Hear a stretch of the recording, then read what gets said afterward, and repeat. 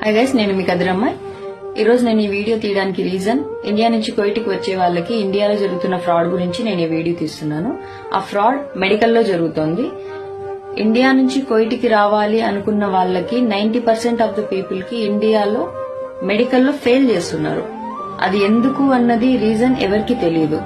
Medical fail దేంట్లో చేస్తున్నారు అంటే మోస్ట్ ఆఫ్ ది పీపుల్స్ కి ఎక్స్రేలోనే చేస్తున్నారు. ఎక్స్రేలో ఏదో ఒక మిస్టేక్ చూపించి, మచ్చలు కావచ్చు, నెమ్ కావచ్చు, ఇలా ఏదో ఒకటి మిస్టేక్ చూపించి మెడికల్ అయితే ఫెయిల్ చేస్తున్నారు ఇండియాలో. 15 days బ్యాక్ కూడా హైదరాబాద్ కి 100 మంది మెడికల్ కి వెళ్తే అందులో 90 మందికి ఫెయిల్ చేసి 10 మందికి మాత్రమే పాస్ చేశారు.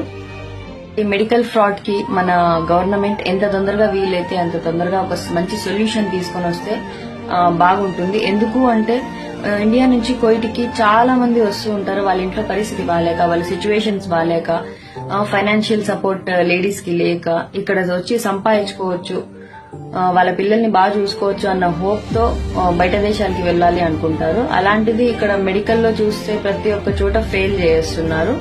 ఇండియాలో మెడికల్ కి వెళ్లే వాళ్ళు కూడా first of all pre test చేయించుకొని, ఎక్స్రే కూడా ముందే ఒకసారి తీపించుకొని, మీ మిస్టేక్స్ ఏవైనా ఉంటే అవన్నీ కరెక్షన్ చేయించుకొని వెళ్ళండి. మెడికల్ కి కొంచెం టైం తీసుకుని వెళ్ళండి. ఈ వీడియో చూస్తున్న వాళ్ళలో రీసెంట్ గా మెడికల్ ఎవరికైనా ఫెయిల్ అయ్యింటే కామెంట్ చేయండి.